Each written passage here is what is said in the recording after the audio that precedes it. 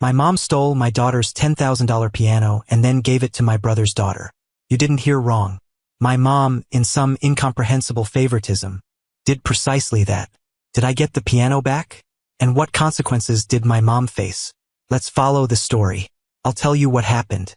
Before I delve into the details of the story, I would like to express my sincere gratitude for taking the time to listen to my story today. Hello everyone. I'm Christian, 38 years old, living in Phoenix, Arizona, with my wife, Jennifer, and our daughter, Anna. I currently run a small tech consulting company that I built from scratch after years of hard work. My current life is pleasing, thanks to my wife and daughter. Jennifer is a talented accountant, and Anna, my adorable 13-year-old, is in 7th grade and has a fierce passion for music. Every evening, when I hear the melodious piano music, my heart fills with warmth and a sense of peace. However, to have this happiness, I had to completely cut ties with my family, the people I once called Mom and Dad. It was a painful but necessary decision after what happened 3 years ago. The story I'm sharing today took place on a June afternoon in 2022. It was a Friday, and Jennifer and I had just picked up Anna from school. Anna was only 10 at the time, extremely excited about the upcoming weekend. And as usual, Anna had planned to spend the whole afternoon practicing piano. This had become my daughter's favorite routine. As soon as we walked through the door, Anna ran straight to the living room like every day. But just a few seconds later, my daughter's panicked cry rang out, making me jump. "Dad, my piano's gone." At first, I thought Anna was joking, because it was a pretty large upright piano weighing nearly 400 pounds, not something that could easily be moved or mysteriously disappear. However, when Jennifer and I walked into the living room, we were both stunned. The corner where the piano used to sit was now empty. Only rectangular dust marks on the wooden floor remained, the only evidence that there had once been a piano there. Right then, Anna burst into tears. She stood in front of that space, tears streaming down her cheeks, and asked me, "Dad, where's my piano? Who took it?" My heart clenched when I saw my daughter cry. Anna had been learning piano for 2 years. Initially, I'd bought her a $3,000 piano so she could practice at home. However, the current piano, a $10,000 Yamaha U3, was a special gift that Jennifer's parents, Robert and Margaret Davis, had given to Anna for her 10th birthday just a month before. When they saw Anna's passion and exceptional progress after 2 years of piano lessons, my in-laws decided to give their granddaughter this high-quality piano. They weren't wealthy people, but they understood that with Anna's talent and dedication, she needed a better instrument to develop her skills. I still remember Anna's birthday. When presenting the piano, Robert hugged Anna and said, "Sweetheart, we can see you love music so much and play piano so well. This is a special gift so that you can play even better songs." Since getting the new piano, Anna became even more passionate about practicing. With 2 years of experience, she could already play quite complex pieces. The melodious tunes Anna played every afternoon had become familiar and warm sounds in our home. Standing before the scene of the missing piano, I felt both confused and angry. I wondered who could enter my house and take a piano, and how could they do this without leaving any other traces. Then, suddenly, I remembered the security camera system I'd installed around the house. Immediately, I knelt next to Anna, put my hand on my daughter's shoulder, and said in a voice trying to stay calm, "Stay calm, sweetheart. I'll check the security cameras. We'll find out who took your piano." After those words, Anna stopped crying and looked at me with hopeful eyes, and I was filled with determination to find the culprit who dared break into our house and steal my family's precious property. Sitting in the living room, I opened the security camera app on my phone. I started reviewing the footage with Jennifer beside me, holding Anna to comfort our daughter, who was still sobbing. I began checking each frame recorded during the day, fast-forwarding through everyday moments when we weren't home. After about 5 minutes of fast-forwarding, what appeared on the screen shocked me so much I could hardly believe my eyes. At 2:33 and 13 seconds p.m., the first image that made me jump was the familiar blue Toyota Camry parked in front of our house. Right after, 2 figures stepped out of the car: my parents, Bruce and Donna. What surprised me most was how they walked to my front door without any hesitation or uncertainty. My mom pulled keys from her purse and opened the door as if it were her own house. The moment I saw that scene, my heart seemed to stop beating. I'd completely forgotten I hadn't gotten the keys back from Mom after our European trip 3 months ago. At that time, Jennifer and I went on a 2-week vacation, and I'd asked my parents to house sit. When we returned, busy with work, I'd forgotten to ask for the keys back. At 2:47 p.m., a large truck from Phoenix Moving Services appeared on camera. The company logo was clearly visible on the side of the car. 4 men in blue uniforms stepped out, carrying specialized equipment like straps, protective padding, and rolling dollies. What happened next made the anger in my heart explode. My parents led the 4 men into the house like they were the real owners. They pointed toward the living room, talking naturally and friendly with the moving crew. Bruce even offered them water and asked about their work. I saw my mom standing next to the piano, stroking its glossy wooden surface as if it were her property. She said something to the moving crew, pointing to the carefully packed corners and signaling that they had to move it very gently. Her attitude was as if she were a homeowner arranging to move her own furniture. At 3:03 p.m., the 4 men began their task. They carefully wrapped the piano with thick padding, used straps to secure it, and then slowly tilted it onto a specialized dolly. The entire process was very professional. What made me angriest was my parents' calm attitude. They stood watching like supervisors, occasionally nodding with satisfaction when they saw the moving crew working carefully. Bruce even opened the door wide and made sure the path from the living room to the truck was clear. At 3:25 p.m., after the piano had been safely loaded onto the truck, my parents stepped out of the house. My mom casually locked the door, then put the keys in her purse. They shook hands, thanked the moving crew, paid for the service, and then got in their car. Right after the Toyota Camry started, the truck followed, taking my daughter's precious property with it. Throughout the entire process, no one showed worry or hesitation. Everything happened as if it were a typical transaction, as if taking a $10,000 piano from my house was entirely correct and legal. When watching with me what had just happened on the phone screen, Jennifer asked in disbelief, "Why would your parents do that? Why did they take Anna's piano without asking our opinion?" Right then, I was confused, not knowing how to answer. My heart pounded in my chest, anger and confusion mixing in my head. I couldn't understand why my parents could do something like this without any notice or permission. Right after watching the surveillance camera footage, I immediately picked up my phone to call Mom. The phone rang continuously, but she didn't answer. I called back a second time, a third time, and then continued until the 10th call. Each time, the ringing echoed hopelessly, then went to voicemail. Right after, I switched to calling Dad. My dad had the same attitude. He completely ignored my calls. 5 calls in a row all went unanswered. Right then, Jennifer was scrolling through her phone when she suddenly exclaimed, "Christian, you need to see this right now." My wife's sudden words made me jump a bit. I quickly stopped everything and turned to my wife. She held her phone screen toward me, and what I saw made the blood in my body seem to freeze.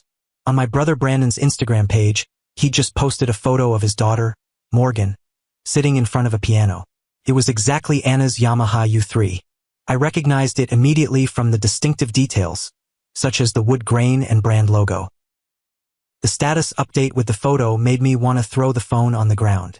He'd written, "Thanks, Mom, for the wonderful gift for my daughter. Morgan's gonna love this new piano." In the photo, Morgan Brandon and Vanessa's 8-year-old daughter was smiling brightly as she placed her hands on the piano keys. Behind her, I could clearly see Brandon's living room with the old brown leather couch and old TV. The contrast was stark, a $10,000 piano in my brother's modest house. I immediately called Brandon. This time, I didn't have to wait hopelessly. He answered, but his voice was icy. "What, Christian?" I tried to control my anger and said, "Brandon, I need to talk to you about the piano. That's my daughter's piano. Mom and Dad took it from my house without permission." Immediately, Brandon replied challengingly, "I don't know what you're talking about. This is a gift Mom gave my daughter. Morgan needs a piano to learn music." Hearing what he said, I didn't hesitate to reply, "That's Anna's property. Jennifer's parents gave it to my daughter." Brandon cut me off. "I don't care. Mom decided to give it to Morgan. End of story." Then he hung up immediately. I called back 3 or 4 times, but Brandon refused to answer. Jennifer saw me shaking with anger. She put her hand on my shoulder and said, "We should call the police right now. This is clearly theft." Hearing my wife's advice, I shook my head. I tried to stay calm and replied, "Hold on, Jennifer. I need to verify everything first. This is my family. There might be some misunderstanding. I want to talk directly with them before making this a big deal." Even though I already knew in my heart that this wasn't a misunderstanding. This was a deliberate action carefully planned. However, I still hoped I could resolve this issue within the family before having to resort to the law. When I made that decision, I still didn't know this was just the beginning of a war that would divide the family forever. 5 minutes later, I decided I had to act immediately. Not wanting my daughter to witness the upcoming confrontation, I took Anna to Mrs. Verna Thompson's house, our 67-year-old neighbor who'd lived next to our family for the past 7 years. Mrs.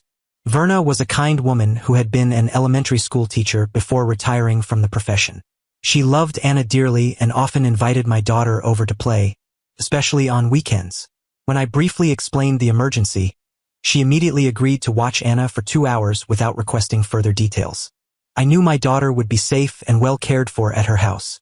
Right after dropping off Anna, Jennifer and I got in the car and drove straight to Brandon's house in Glendale, about a 20-minute drive from our place. When we arrived, my parents' Toyota Camry was parked right in Brandon's driveway next to his old Ford. Seeing that scene, I knew for sure all 3 of them were inside and had probably coordinated this plan beforehand. Walking up to the porch, I rang the doorbell continuously.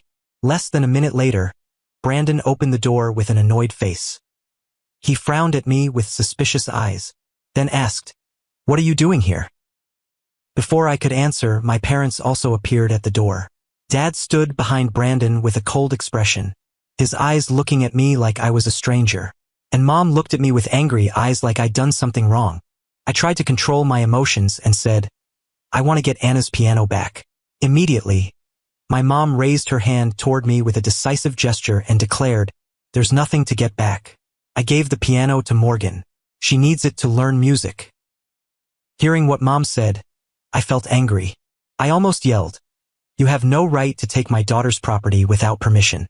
As soon as I finished speaking, my dad stepped forward.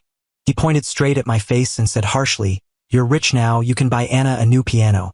Morgan needs it more." With my parents' support, Brandon nodded in agreement, put his hands on his hips in a challenging pose, and added, "That's right, you can buy 2 or 3 more pianos without affecting your finances. But we're different." At this point, Jennifer couldn't take it anymore. I saw her clench her fist, then step forward and say, "This isn't about money. That was a special gift from my parents to Anna." My wife's unexpected resistance angered my parents. My dad immediately snarled, "How dare you talk to your in-laws like that?" Right after Dad spoke, Mom quickly chimed in. She looked at Jennifer with contempt, then turned to me and said, "Christian, you should teach your wife how to talk to older people." Hearing what my parents said about my wife, the anger in my heart erupted like a volcano. Immediately, I stepped closer, trying to keep my voice calm but clear. "I don't agree to give the piano to Morgan for 2 reasons. First, this is a gift that Jennifer's parents gave Anna with all their love. Second, I have no responsibility or obligation to buy or give things to Brandon's child." After hearing that, Brandon exploded with anger, his face red, veins in his neck bulging. Then he yelled in my face, "What are you saying? Who needs you to give me anything? That piano is a gift from Mom and Dad to my daughter." Despite what he said, I didn't respond. I turned to look at my parents and said directly, "Brandon has never bought anything for Anna, not even for birthdays or Christmas. Even you guys are the same, always showing clear favoritism between the grandchildren." Hearing what I said, my mom looked like someone had slapped her face. She screamed, "How dare you say we're playing favorites? How many years have we sacrificed for you?" After Mom's words, I felt a bitter taste in my mouth. My heart ached when I remembered childhood memories. I asked Mom directly, "Sacrificed what? Have you ever given Anna a birthday gift? Or do you only remember Morgan?" Hearing that, my dad looked like someone had pushed him past his final line. He stepped forward with a face red with anger, both hands clenched into fists, and shouted, "How dare you talk to your parents like that? Did you forget we raised you?" At this point, the noise from our argument had attracted the neighbor's attention. I saw the woman from the house on the right open her door to the porch to observe, and the older man on the left was also standing behind his window looking out. The whole neighborhood seemed to be paying attention to this confrontation. Seeing everything escalating, I sighed and asked firmly, "I don't want to argue anymore. Answer me, will you return the piano to Anna or not?" Right when I heard my question, my dad raised his eyebrows, looked at me challengingly, and asked back, "What if we don't return it? What will you do? Call the cops?" Without hesitation, I looked straight into Dad's eyes and replied coldly, "You guessed right. If you don't return it, I'll call the police to handle this." Right after hearing my threat, Brandon burst out laughing, scratched his head contemptuously, then challenged, "If you want to embarrass yourself, go ahead and call. As for this piano, nothing is proving it's Anna's. You're making false accusations." Right after those challenging words, I pulled out my phone and dialed 911 decisively. Jennifer stood beside me, squeezing my hand to support this decision. When they saw me calling the police, my mom suddenly screamed, "You're calling the cops to arrest your own parents. You ungrateful child." Brandon wasn't backing down either. He suddenly lost his composure entirely, pointed straight at my face, and cursed, "You're the most selfish person I've ever met. Only thinking about yourself, not caring about family." My dad, at this point, was like an enraged animal. He roared with a voice full of hatred. How shameful to have a son call the police to arrest his parents over a cheap piano. Do you have no shame? Hearing what they said, although I was angry, I remained silent and continued making the call. When I heard the 911 dispatcher answer, I quickly reported the situation to them, asked for their help, and provided Brandon's address. Right when I finished the call, Brandon slammed the door with a loud bang that shook the entire door frame, leaving Jennifer and me standing on the porch in sudden silence. Around us, I could feel the curious eyes of neighbors still watching. Standing before the tightly closed door, a deep sense of emptiness and loneliness overwhelmed me when I realized that the relationship with my family would never be the same again. 20 minutes later, when the patrol car arrived, I felt a mix of relief and worry. 2 police officers got out of the car, a male and a female. The male officer, around 40 years old, seemed to be in charge, while his younger female colleague carried a notepad. The male officer approached us with a serious yet friendly demeanor and asked, "Who called to report the theft?" Immediately, I stepped forward and introduced myself. "I'm Christian. I called to report that someone stole a $10,000 piano from my house." The male officer nodded and signaled his colleague to take notes, then asked, "Can you describe the incident in detail?" Just as I was about to tell the story, Brandon's door opened. The 3 of them came out looking displeased. Brandon led with a challenging attitude, followed by my parents. My mom looked at the officers with angry eyes, while my dad maintained a rigid attitude. Despite their appearance, I began telling the whole story from the beginning in detail. When I reached the surveillance camera part, I took out my phone and showed the male officer the video recording of my parents entering the house and hiring movers to take the piano. While the officer watched the video, I saw my mom constantly looking at me with hateful eyes, while Dad clenched his jaw like he was trying to control his anger. After watching, the male officer turned to my parents and asked sternly, "Can you explain this?" Without hesitating for a second, my mom immediately replied confidently, "That's my son. My son agreed to give the piano to my granddaughter. We just came to get it as agreed." Right after, Brandon nodded in confirmation and added, "That's right. He told us Anna didn't need that piano anymore and wanted to give it to Morgan." Hearing them lie so blatantly, I felt blood rushing to my head and immediately objected. "That's a lie. I never agreed to anything like that."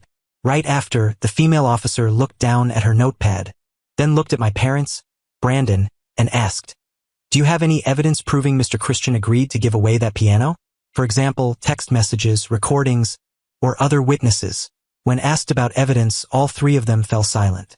My dad looked down at the ground, Brandon turned his face away, and my mom pressed her lips tight with annoyance.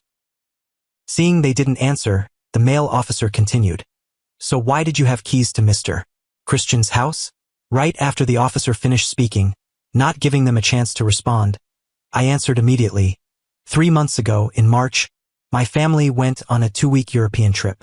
I asked my parents to house sit. After we returned, I forgot to get the keys back. The female officer wrote this down and turned to ask my parents. So you entered Mr. Christian's house without permission. Is that correct? Faced with that unexpected question, my dad began to look restless and defended. We thought our son had agreed. It was a misunderstanding. But the male officer shook his head and said, without written consent or clear verbal agreement, entering someone else's house and taking property is illegal. Hearing what the officer said, Brandon began to worry and said in a voice trying to be persuasive, but this is internal family business. We can resolve this privately. Immediately, the female officer looked at Brandon and replied, even if you're family, the law applies the same way. At this point, I saw all three of them starting to look worried. My mom kept looking back and forth between me and the officers, while my dad rubbed his hands together anxiously. Recognizing the complexity of the story, the male officer told us, we need to ask you all to come to the station to work this out more thoroughly. Hearing this request, my mom suddenly screamed, why do we have to go to the station? My son is making a big deal out of nothing. But the male officer remained calm and explained, this is mandatory procedure when there's a report of property theft. After those words, they stopped reacting violently. Instead, they went into the house to get their coats and came to the police station as requested. 20 minutes later, we were at the police station. Jennifer and I sat in a small office, facing the male officer who was writing down my statement. Meanwhile, in the next room, my parents and Brandon were being questioned separately. Through the thin soundproof glass, I could see them speaking in an agitated manner. After I finished my statement, the female officer told me, the other side keeps insisting you agreed to give away the piano. But when we asked for evidence, they couldn't provide anything. At this point, Jennifer squeezed my hand and asked, so what happens next? After my wife's question, the male officer explained, we'll require them to return the property. If they refuse, we may consider pressing charges. Suddenly, shouting rang out from the next room. I heard my mom's voice screaming, Christian is my son. I have the right to take his things. Right after, I heard my dad trying to calm the situation. Donna, be quiet. Don't say any more. But my mom continued, I raised him from childhood. I have rights to his property. Hearing those words, my heart was extremely painful. I realized the woman who had given birth to and raised me now saw me as property she owned. A few minutes later, the male officer went out and came back after a few minutes with a helpless expression. They're not cooperating and continue insisting they have rights to the property. We'll document everything and require them to return the piano within 24 hours. When we left the police station, I saw my parents and Brandon standing in the parking lot. My mom looked at me with eyes full of resentment, while Dad shook his head with disappointment. Brandon stepped forward and said threateningly, you've made a big deal out of this. Hope you're happy with what you just did. But this time, I no longer felt guilty. I looked straight into his eyes and replied, I'm just getting my daughter's property back. There's nothing wrong with that. Standing under Phoenix's evening sky, I realized that today had changed everything forever. That night, I lay in bed but couldn't sleep. Jennifer was sleeping soundly beside me, while I tossed and turned with thoughts in my head. My mom's words at the police station kept echoing in my ears. I have the right to take his things. That statement wasn't just painful but also opened up memories of the favoritism my family had shown over the years. I remembered Christmas occasions when Brandon and Morgan received countless gifts, while Anna only got one small gift or was even completely forgotten. I remembered Anna's birthdays when my parents always had reasons not to attend, but never missed Morgan's birthday. Mainly, I remembered the money I'd lent the family over the past 10 years. The first time was in 2015, when Brandon needed $15,000 to pay off credit card debt after he bought a pickup truck he couldn't actually afford. I lent it to him without asking for interest or a specific deadline. Then, in 2018, my parents needed $50,000 to fix their roof and electrical system. Once again, I helped without hesitation, seeing it as my duty as a son. In 2019, Brandon came to borrow another $20,000 to open a small auto repair shop that eventually went bankrupt after just 8 months. In 2020, during the pandemic, my parents needed $65,000 to cover living expenses when my dad's salary was cut, and they required money for house repairs after a storm. Adding it all up, I'd lent my family a total of $150,000 over the years. Not once did they bring up repaying the debt, and I'd never demanded it because I thought families should help each other. But when I remembered how they treated my daughter, how they took Anna's property without permission, how they lied blatantly to the police, I felt like a fool who'd been taken advantage of for years. The more I thought, the angrier I got. They treated me like an ATM, always ready to help but never receiving corresponding care or respect in return. They blatantly favored Morgan but still expected me to continue supporting them. Right then, a clear decision formed in my mind. If they could illegally take my daughter's property, then I had the right to demand back the money I'd lent them. It was time I had to protect my small family and not let myself be taken advantage of anymore. The next morning, around 10 a.m., my phone rang with a call from Phoenix Moving Services. The man on the other end informed me they were on their way to my house to return the piano at my parents' request. Immediately, I left my work and drove home. Jennifer also left the office early to come home with me. When we got home, the large truck was already waiting in front of our door, along with 4 moving crew members. The process of relocating the piano to its original position was meticulous and professional. When I saw the Yamaha U3 placed back in the living room corner, my heart filled with relief. The piano was still intact, not a single scratch. After they returned, I executed my plan at the piano. That afternoon, I drove to lawyer Michael Williams' office in downtown Phoenix. This was the law firm I'd used for my company's services.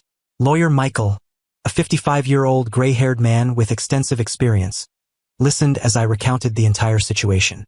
When I mentioned wanting to recover the $150,000 I'd lent the family, he asked about evidence. Fortunately, I'd prepared thoroughly for this. Over the years, I'd always required them to sign loan documents every time I lent money. This came from witnessing my parents favor Brandon too often, and I knew that money could create arguments even within families. I opened my briefcase and gave lawyer Williams a stack of papers neatly organized by time. Each loan document had the borrower's signature, precise dates, and specific amounts. There were times Brandon didn't want to sign, but I'd insisted this was a mandatory condition.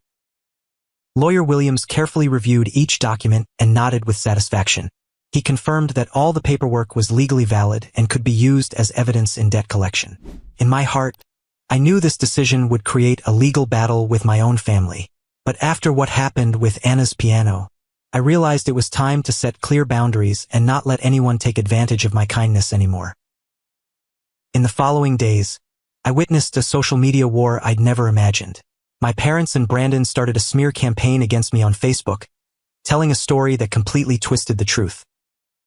My mom posted a long, emotional post about having an ungrateful son who forgot his parents' kindness and dared hire a lawyer to demand money from elderly people. She described me as a greedy person, who only thought about money and had no family love. Her post got dozens of shares and comments from near and distant relatives. My phone constantly rang with calls from many relatives. They called with tones ranging from advice to harsh criticism, demanding I know my place and withdraw the lawsuit. My Facebook inbox was also flooded with advice and criticism from cousins I'd only met a few times in my life. Instead of arguing or giving long explanations, I decided to let the truth speak for itself. I created a public Facebook post, attaching the security camera video that clearly showed my mom and Brandon leading the moving crew into my house to take the piano without my consent. Along with the video, I also posted a photo of the police report confirming the theft, with a brief description. This is the truth about what happened. Everyone can watch and judge for themselves. The reaction after I posted this was completely different.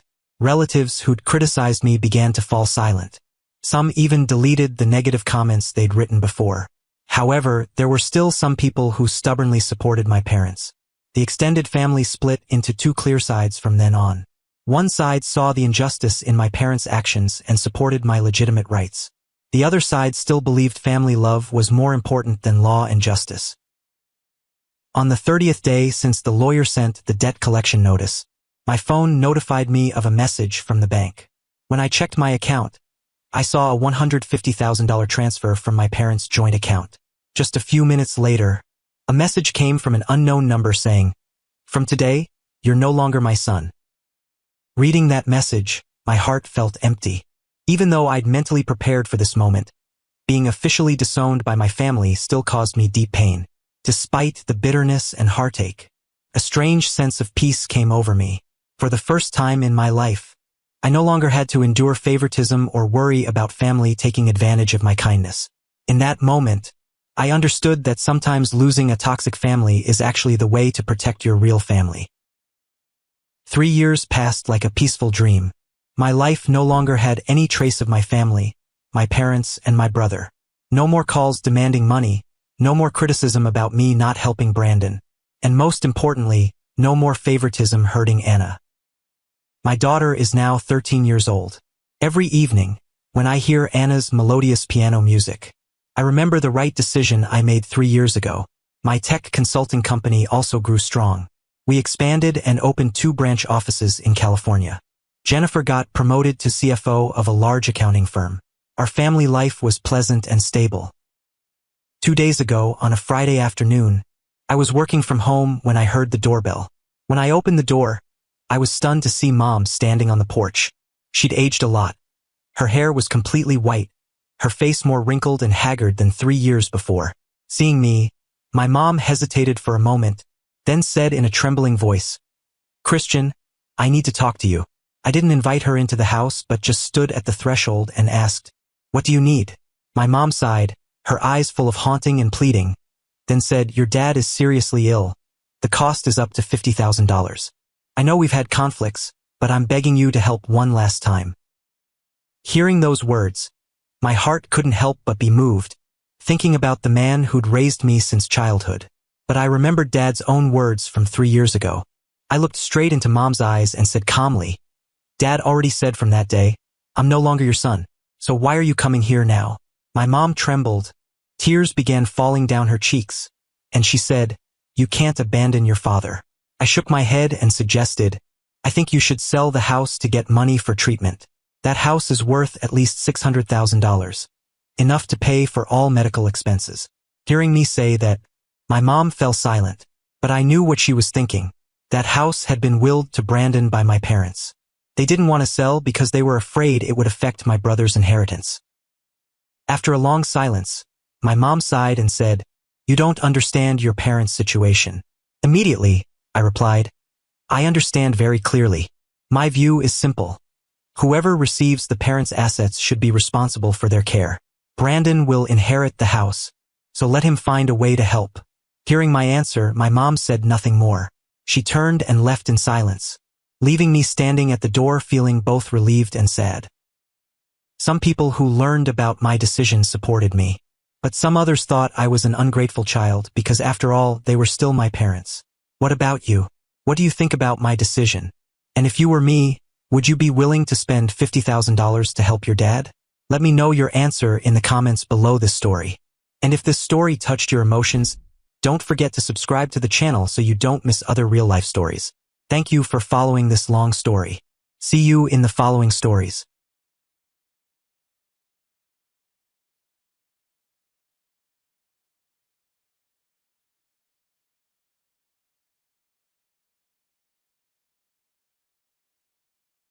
I'll never forget the moment my brother looked me straight in the eye and screamed with a trembling voice, "Don't put her in my car. It's brand new. I don't want it getting dirty." In that instant, our entire family shattered. People who'd sat around the dinner table every night, who'd celebrated Christmas together for 30 years, suddenly became strangers. Dad stood there frozen. Mom screamed in disbelief. My brother was shaking. His face was as pale as a ghost. And me? I felt like the whole world had just collapsed. This isn't just a story about a car. It's about the fragile line between responsibility and fear, between pride and selfishness, and about the obsession my brother had been carrying for years, until it exploded at the exact moment I needed him most. Before I delve into the details of the story, I would like to express my sincere gratitude for taking the time to listen to my story today. Hello everyone, I'm Lucas Ward, 33 years old. The story I'm sharing with you today took place on Thanksgiving last year. The day I realized that the people closest to you can become the most distant in one crucial moment.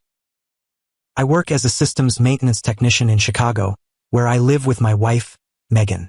2 days before Thanksgiving, we flew back to visit family in Bloomfield, Michigan, like we do every year. Megan was 8 months pregnant at the time, and honestly, I was a bit worried about this flight. But the doctor had cleared her for domestic travel, and Megan insisted on going home to relax before the baby came. When we arrived at Detroit Airport, Dad, Frank, was already there waiting for us early. He hugged me tight, then broke into the biggest grin when he saw Megan's belly. And Mom Linda couldn't hold back her tears. She kept rubbing her daughter-in-law's belly and saying this grandchild would bring joy to the whole family. Seeing my parents so happy like that warmed my heart. This was their first grandchild, and I could see the absolute joy in their eyes. My brother Tyler, 27 years old, drove us back to the house where I grew up, next to the cornfields Dad had spent his whole life farming. He handled that shiny black Dodge Charger carefully, like he was driving a race car. Tyler works at a car dealership and had just bought this car 2 months earlier. Throughout the drive, my brother kept bragging about the V8 engine and the new sound system. I sat in the back listening, feeling happy that he was living a stable life and proud of what he'd accomplished. When we got home, the atmosphere was so cozy. The 2-story wooden house with the wide porch was just like in my childhood memories. Mom had already prepared chicken soup and fragrant toasted bread. We sat around the dinner table, chatting about the upcoming Thanksgiving feast, about Mom and Dad's friends who'd be coming. Tyler kept talking about work, about his plans. Megan relaxed against me, occasionally rubbing her belly and saying she missed this feeling. The feeling of being home, surrounded by family. But that evening, when I looked out the window, rain started falling. Just small drops at first, then getting heavier. Somehow I felt uneasy. Maybe it was worry about Megan or just being tired after the long flight. I had no idea those gray clouds were warning of a nightmare to come. The night before Thanksgiving, Megan and I had the most wonderful sleep. As I did every day, I talked to Noah through her belly, telling him about this house and the grandparents he was about to meet. Megan lay next to me, smiling as she listened to me whisper. I didn't know that was also the last night I talked to my son through that round belly. That Thanksgiving morning, the whole family woke up in a different mood. When I came down to the kitchen, Mom had been up early preparing for the feast. She was listening to the radio with a worried look. The radio news reported that suburban areas were flooded, approximately 2 to 3 feet deep, due to the ongoing heavy rain. Mom shook her head hearing this news. I could see that she looked anxious. Finally, she turned to me and said, "Last year it flooded like this too. Someone got stuck on the road, and ambulances couldn't get into the low areas." Mom's words made me feel a bit uneasy. Meanwhile, Tyler came down to the kitchen looking grumpy. He had his phone in his hand, then threw it on the table, looking annoyed and grumbling. Customer canceled the appointment. Who'd dare drive out there right now? I noticed water seeping in from the gap in the kitchen door, creating a wet streak on the floor. This reminded me of what Mom had just said about the flooding. I grabbed a towel to dry it and thought I should check more carefully later. Right then, Megan came down to the kitchen looking tired. She sat down at the table, one hand rubbing her belly, then looked at me with anxious eyes and said, "Honey, I didn't sleep well last night." Noah kept kicking. I sat down next to her, took her hand and gently asked, "Are you feeling uncomfortable about anything?" Megan shook her head, but I could tell she wasn't entirely comfortable. She forced a smile and answered, "I'm fine, just a bit tired. Maybe because Noah's getting big, so I feel heavier." Mom watched our conversation from the kitchen, then came closer. She looked down at the wet streak on the floor that I just wiped, then reminded Megan, "Megan, be careful walking around. Honey, the floor's a bit damp today. I'm worried you might slip." Dad came out from the living room, having just finished reading the newspaper and looking worried about the weather too. Tyler stood by the window, glancing outside, then looking at his car keys on the table. He seemed restless. The radio kept updating about flooding in low-lying areas, and some roads had to be closed. This made the whole family feel uneasy, despite our efforts to maintain the cheerful atmosphere of the holiday. Mom went back to the kitchen, busy preparing the turkey and desserts. The delicious smells from the kitchen filled the house, creating a cozy atmosphere, but it still couldn't completely erase the vague sense of worry that everyone could feel. That day, despite all the weather worries, we still had a really warm Thanksgiving dinner. Outside, The rain had stopped, and inside the dining room was full of laughter. The meal ended with a fantastic pumpkin pie that Mom made. During that cozy dinner, the special gift that my parents had for their grandchild was given to Megan. It was a wooden crib that Dad had made with his own hands. Seeing my wife happy with the people I love most, next to that little crib and talking to Noah through her belly, made me feel so peaceful. But maybe the uneasiness I'd felt since morning was about to be proven right. It started with the sound of dishes breaking in the kitchen, something none of us expected would change our entire lives. After dinner, the whole family cleaned up together. While Mom and I were tidying up in the kitchen, Megan brought a stack of dishes to the sink. Mom went to the living room to get more stuff, and I followed to help Dad put away the tables and chairs. Just a few minutes later, a loud crash from the kitchen echoed out, making my whole body go cold. When I ran into the kitchen, the scene before me froze me. Megan was lying on the floor, her face pale, both hands clutching her belly. Broken dishes were scattered all around her. The kitchen floor was now slippery from the combination of water that had been seeping in since morning and grease from cooking all day. Megan looked at me with pained eyes, her voice trembling.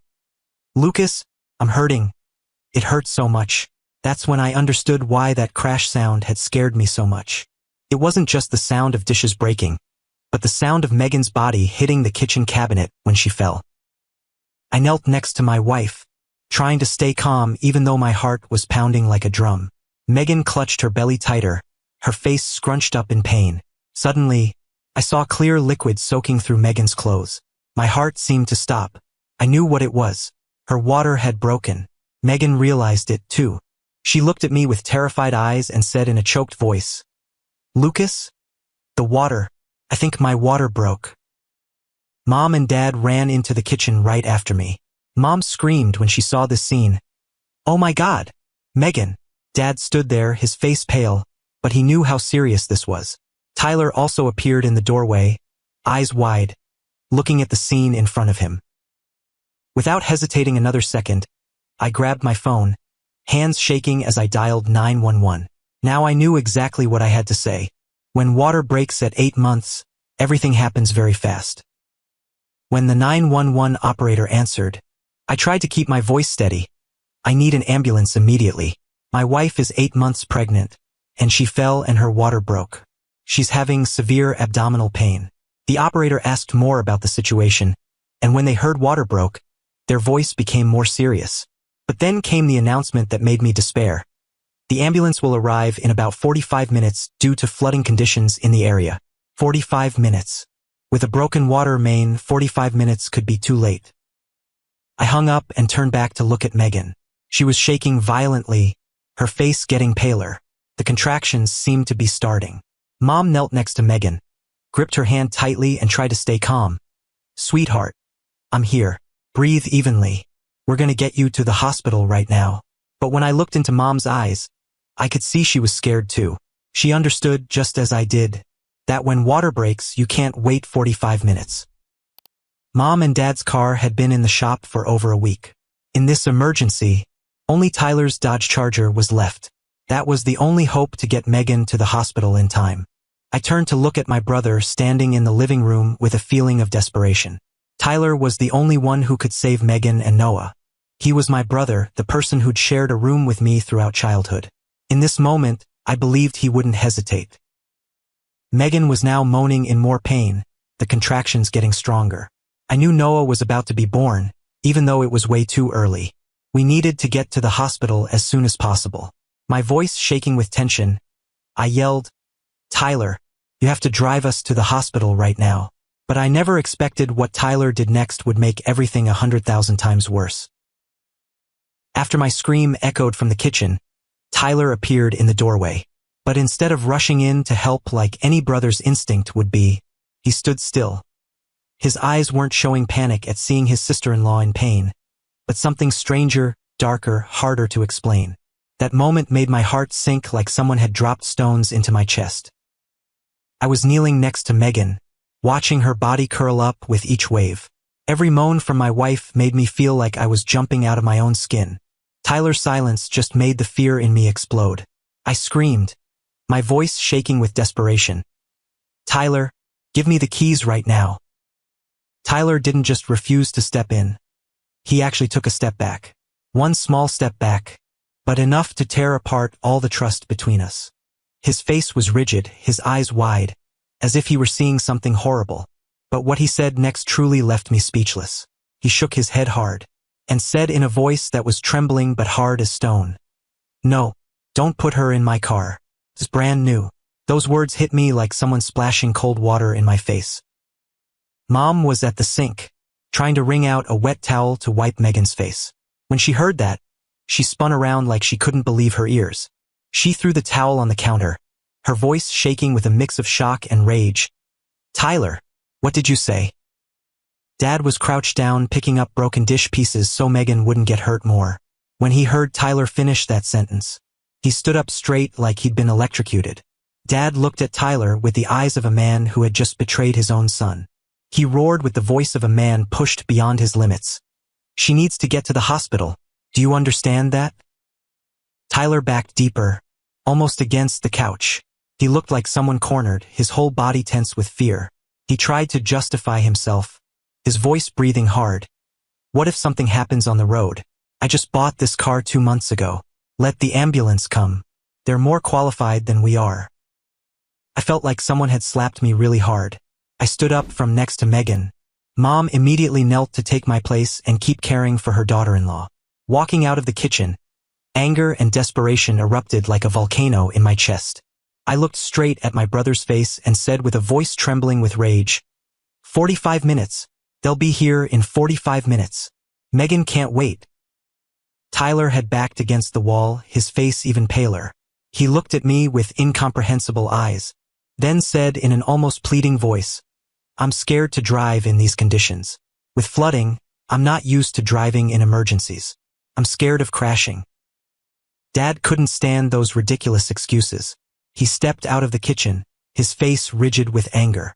He walked up close to Tyler and roared with a voice like thunder, "What are you saying? That's my daughter-in-law. That's my grandchild." Tyler cowered in the corner, both hands up like he was trying to shield himself from Dad's anger. His voice was almost a whisper, but he was still trying to make excuses. "I know, but I'm still making payments on the car.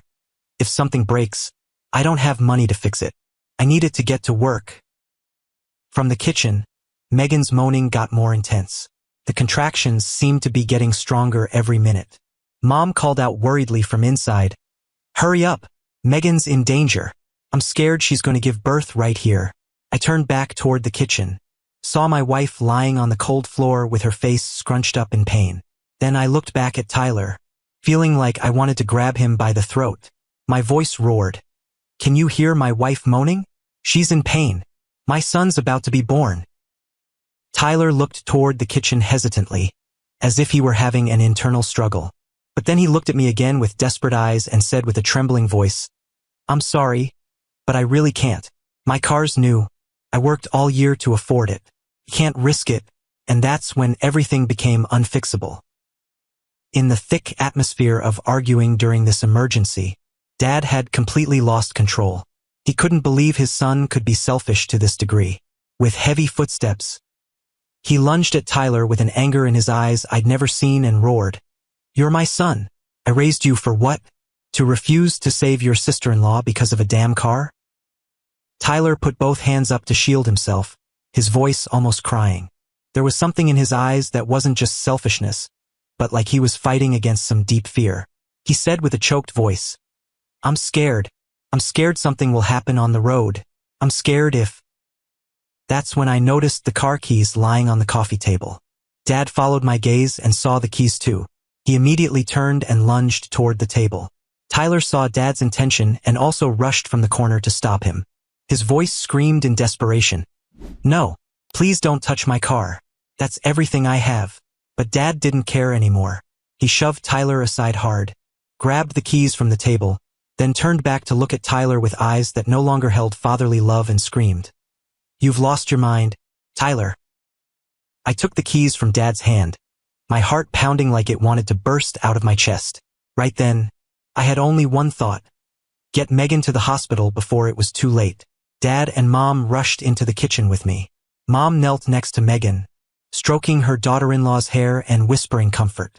Dad carefully lifted Megan's shoulders, and I held her legs, trying not to cause her more pain while moving.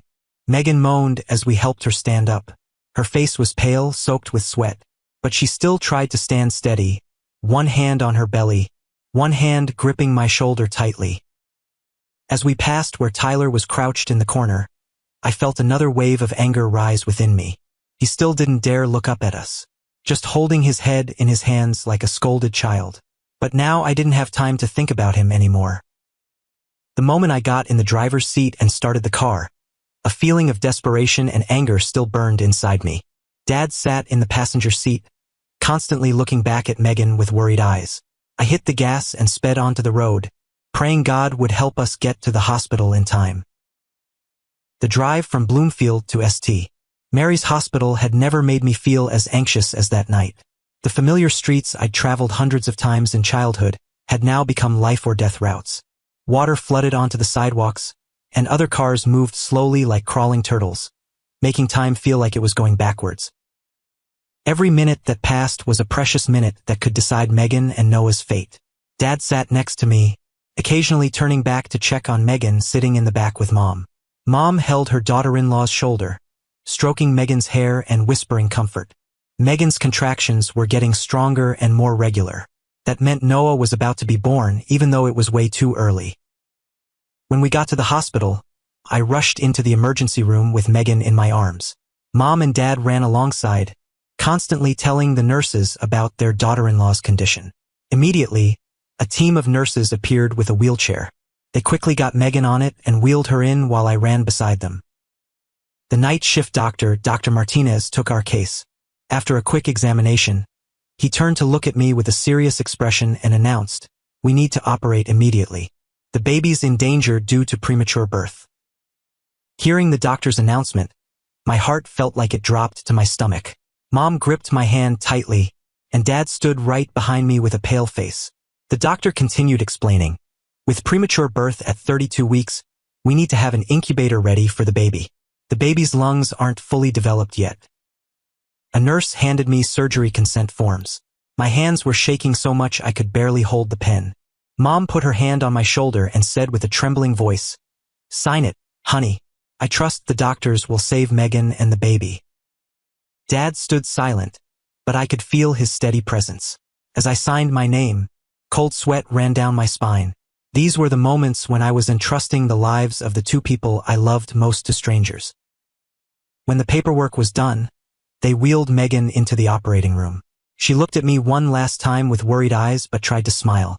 Mom bent down to kiss her daughter-in-law's forehead and whispered, "I'll pray for both of you." I gripped Megan's hand tight and reassured my wife, "You'll be okay. We'll be okay." Then the operating room door closed, and the most extended wait of my life began.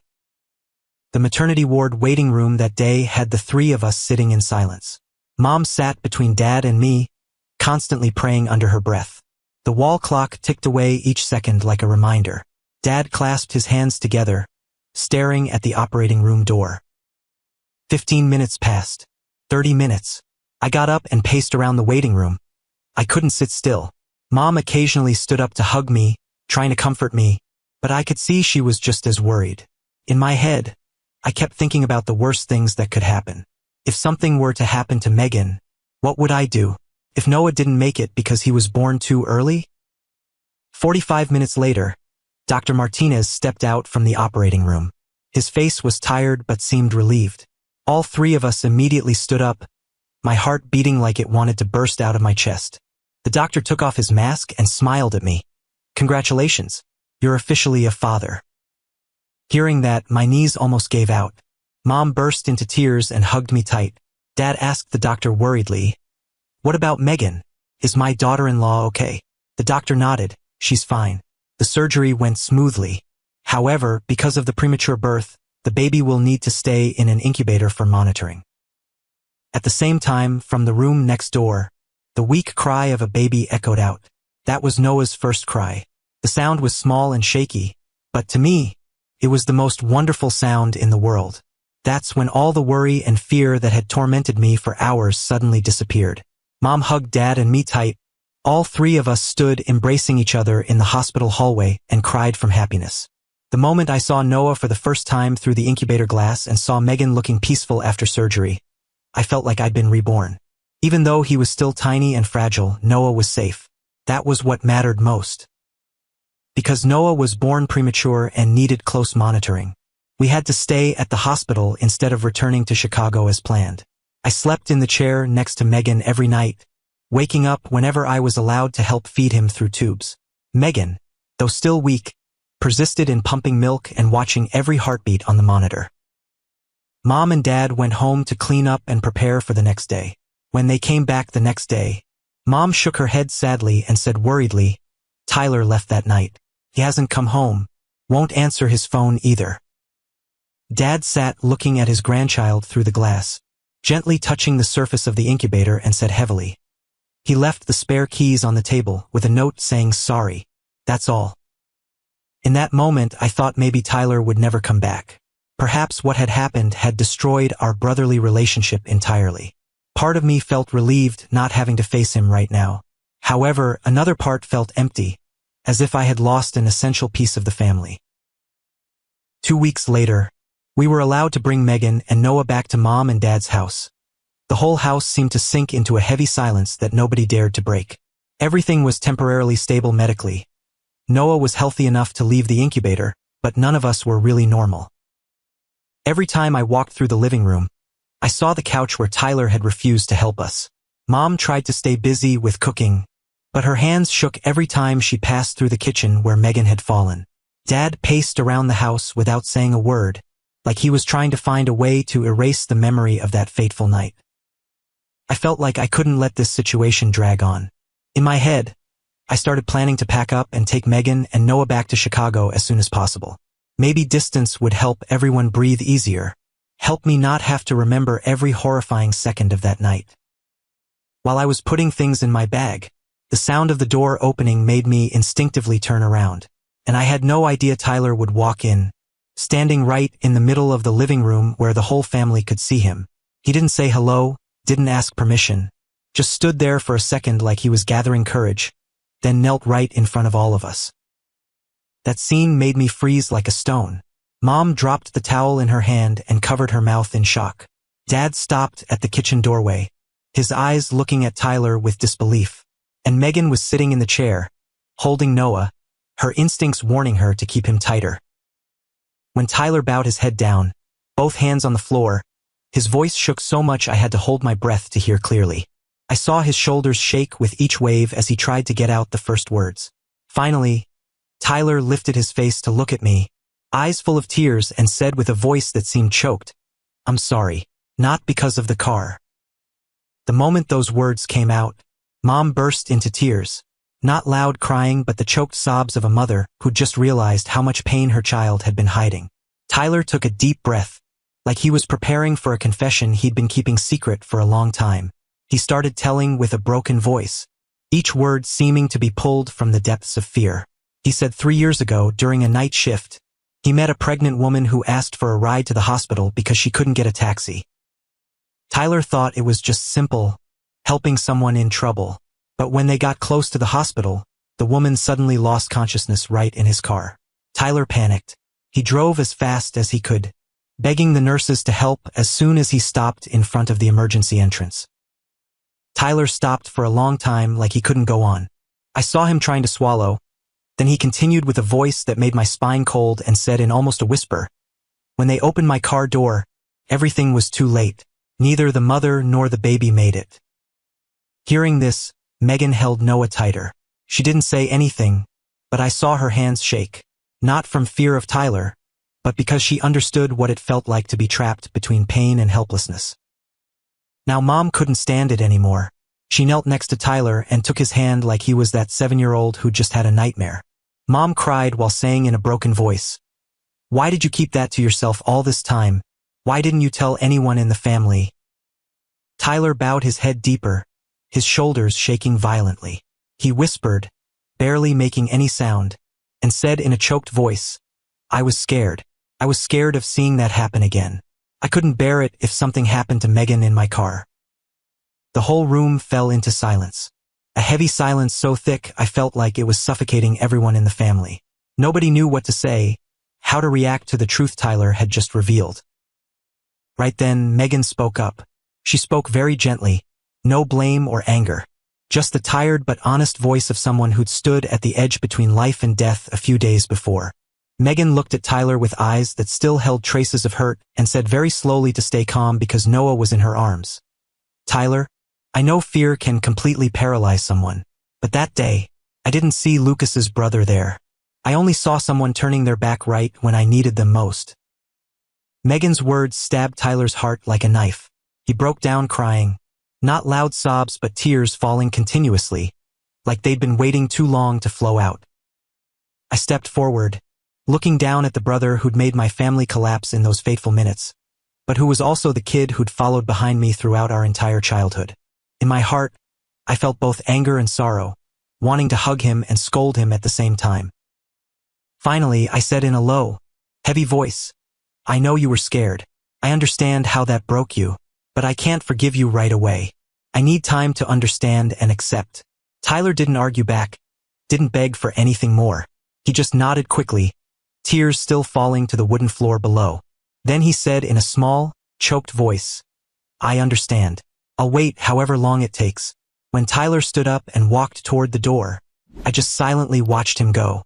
The door closed behind him, and the whole room sank into an indescribable silence. For the first time since Tyler walked into the house, I saw Dad turn away toward the window. His shoulders shook slightly, and I knew he was trying to wipe away tears without anyone noticing. Dad was a tough man. He rarely showed emotion in front of his children. But that day, after hearing the truth about Tyler, he needed some time to process what had just happened. Mom was still kneeling where Tyler had just left. She kept staring at the door, as if he were still there. Her tears flowed in streams as she whispered in a pained voice. He suffered alone for 3 whole years.